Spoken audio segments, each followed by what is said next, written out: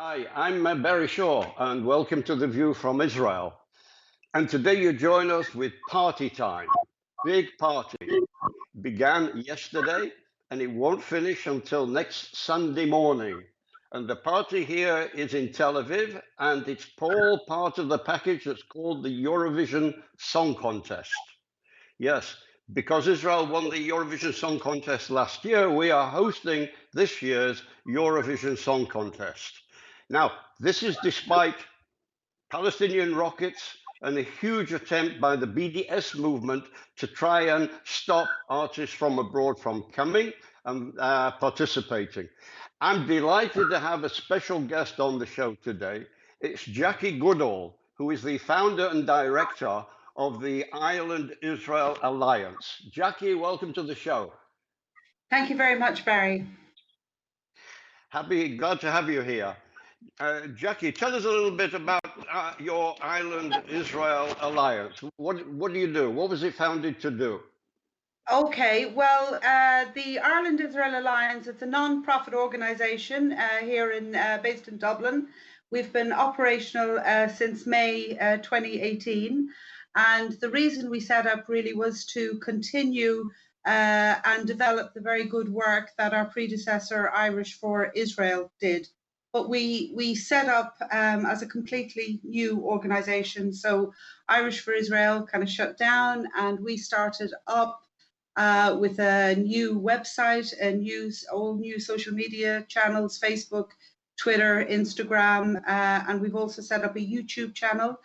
And why we're here really is to try and bring clarity and understanding to public perception here in Ireland, all about the Israeli-Palestinian situation.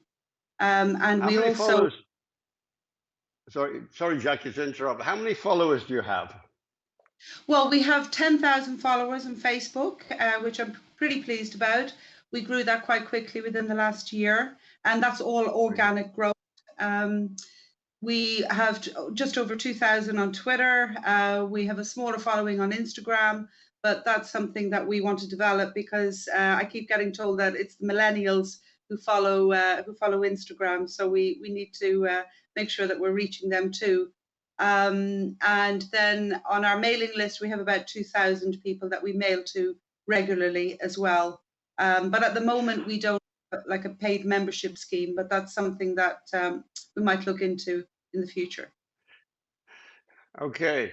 Well, the reason I have you on, Jackie, is because I mentioned before about the BDS movement had been active all over Europe and other places in order to try and prevent people from artists from coming to participate in Tel Aviv in this year's Eurovision Song Contest. And Ireland has been a pretty hectic place with regards to the activities of BDS. Tell us something about it and what was their activities in trying to prevent Ireland from participating this year?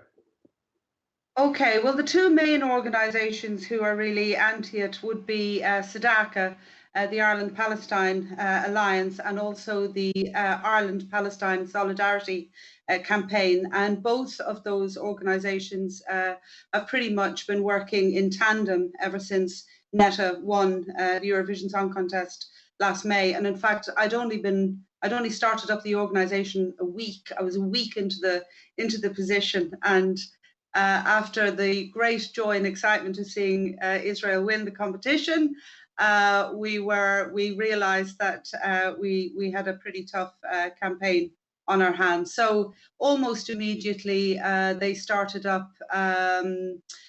Basically trying to get the Eurovision to pull out of Israel, and I think that was a global campaign to try and get the Eurovision not to actually perform or host the event in Israel. When that failed, the Ireland-Palestine Solidarity Campaign here started to target RTE. They are our national broadcaster, with letters, and then when that wasn't going to work, they started targeting the singer as well. So they've been coming in on it on a kind of from a multi-pronged approach. Ah. So how influential were they getting? Because I was from over here was hearing they were having some support even in the government and in the media as well in Ireland.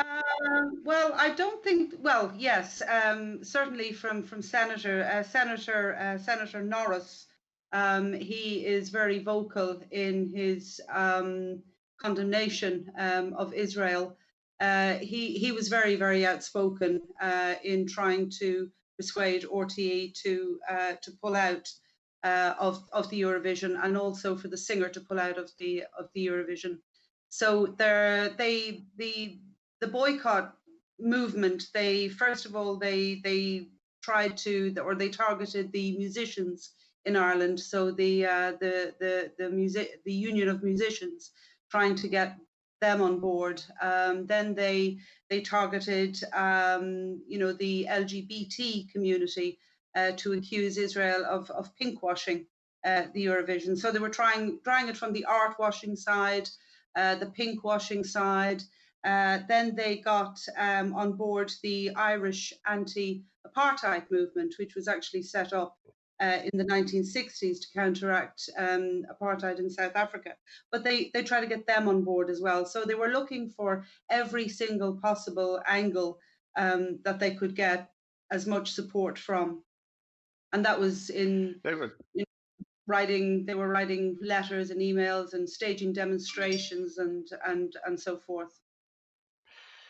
Our viewers can understand that the anti-Israel BDS movement is very heavily funded and very hyperactive and very well organized. And in certain fields, I think they've been affected. But basically, even like this issue with regard to Eurovision, it's based on a fallacy. And in Ireland, it was a big fail because Ireland is going to participate this year. Is that correct? Yeah. Oh, yes, very much so. I mean, I believe that not one country actually pulled out, and not one artist pulled out. So not one. It was a huge fail. It was an absolutely humongous fail, and they're not very happy about it. But so, look, we can only celebrate here because it was a fail. All of the countries are going, and we're delighted that our Sarah McTiernan is going. She's going to be representing us with a song called 22. And she hasn't given into any of the pressure. I know that the IPSC were writing her open letters from all sorts of organizations and all sorts of individuals from different backgrounds, trying to get her to pull out, trying to get her to respond. There was an awful intimidatory atmosphere on Twitter, and we asked Rory Cowan. He's an actor here in Ireland. He's very supportive of Israel. He's been going out there since 1982. And we asked him if he would make a little video, which he did, and we posted it up on our YouTube. And he was basically saying, look, guys, back off Sarah. This is a singing competition, and it shouldn't be made political, and stop the bullying and stop the intimidating. And it didn't work for, I mean, as far as BDS is concerned, it didn't work. So we're delighted that here we are today, and the competition is going ahead as planned. I think that's very good. I mean, we were from an Israeli perspective, we looked on it. The Eurovision was going to go ahead. It's going to be a huge success. Everybody, as I said before, we're going to have a huge party, and it would be sad, really sad, if Ireland had pulled out and Ireland hadn't been at the party. And I think it would actually damage Ireland and even the Eurovision more than it would damage really Israel, because Ireland, of all countries, has the biggest success ever in the history of Eurovision. Tell us something about the Irish history in Eurovision. Okay, well, Ireland has a very long and illustrious history with the Eurovision. Ireland actually won a total of 7 times, and I don't believe any other country has won that amount of times.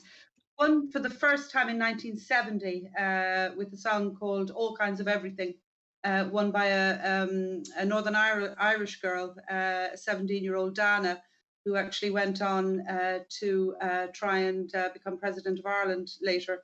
She was not successfully, but and then in the 1980s, a guy called Johnny Logan won. He won in 1980 and 1987. So I think that was a first again for Ireland, because I don't think any one singer has won the competition twice. But then in the 1990s, that was really our golden era for Eurovision. We won 3 consecutive years. We won in 92, 93, 94, and then again in 96, or 97 actually, yeah, in 97. So a total of 7 times. And in fact, in 1994, when we hosted the competition, Riverdance, which I'm sure you've heard of, it a hit, a worldwide hit, but that was actually launched at Eurovision 1994 in Dublin. So a very long and illustrious history with Eurovision. That's wonderful, and this is the reason why we're very happy that your Irish participants are here, because it's a great advertisement for Ireland. And if BDS had won and Ireland hadn't participated, Ireland would have been a big loser on this. So I'm very happy about the fact that your organization was possibly responsible and worked very actively in offsetting the attempts of BDS to damage the Eurovision Song Contest, and let's put it bluntly, damage the Irish participation and chances of expressing themselves and promoting Ireland in the Eurovision Song Contest. So we're delighted to have them. Jackie, I want to thank you very much for joining us today.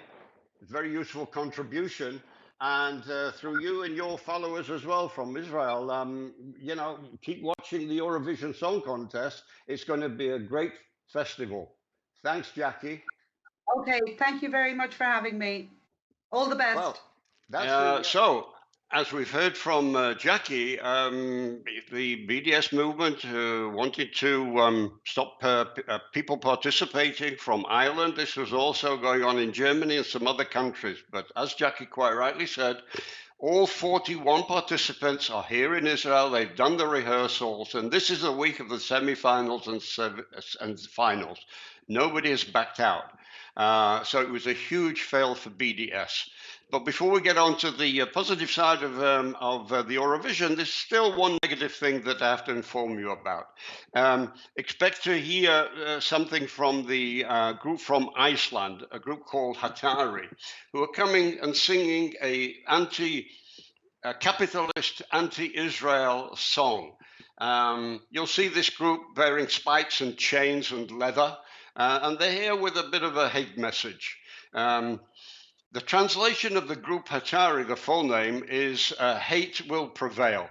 I hardly think this is the tone you need for the Eurovision Song Contest, which has always been an uplighting and unifying experience.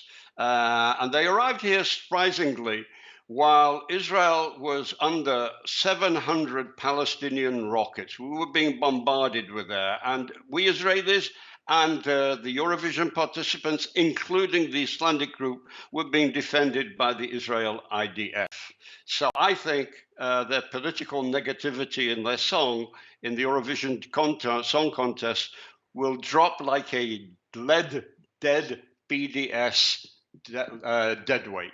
But let's talk on the positive side. First of all, I'm going to tell you something of what's going on here. I mentioned at the outset that there's a huge party going on in Israel and in Tel Aviv right now. It extends beyond the Eurovision participants and the rehearsals and everything that's going on there. There are plenty of stages, about 8, 9, 10 stages set around Tel Aviv with Eurovision allied events going on. But there's a huge Eurovision Village that's been set up on the beachfront, on the seafront between Tel Aviv and Jaffa. And every night, events are going on. We've had Israeli dancing and Mayuma beat magic music on Monday from 5 p.m. there's Pride Night with Euroflash and Dana International singing there at Eurovision Village.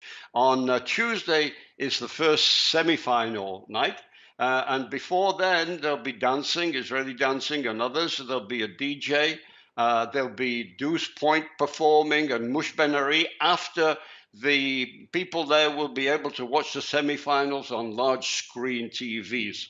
On Wednesday, it's a day off for the Eurovision participants, and they will be joining a big party, which is going to be called the EU party, at the Eurovision Village, where you will have Electrovision playing, and the Eurovision participants will be there spending the evening, letting their hair down a bit in a pulsating party.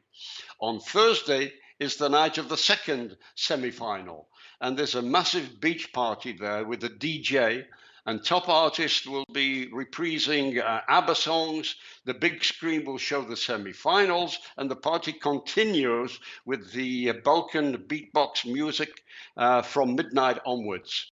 And Friday is a day where the Eurovision isn't going out, and there'll be another party there starting from 12 noon with DJ, afternoon artist, and sunset to music.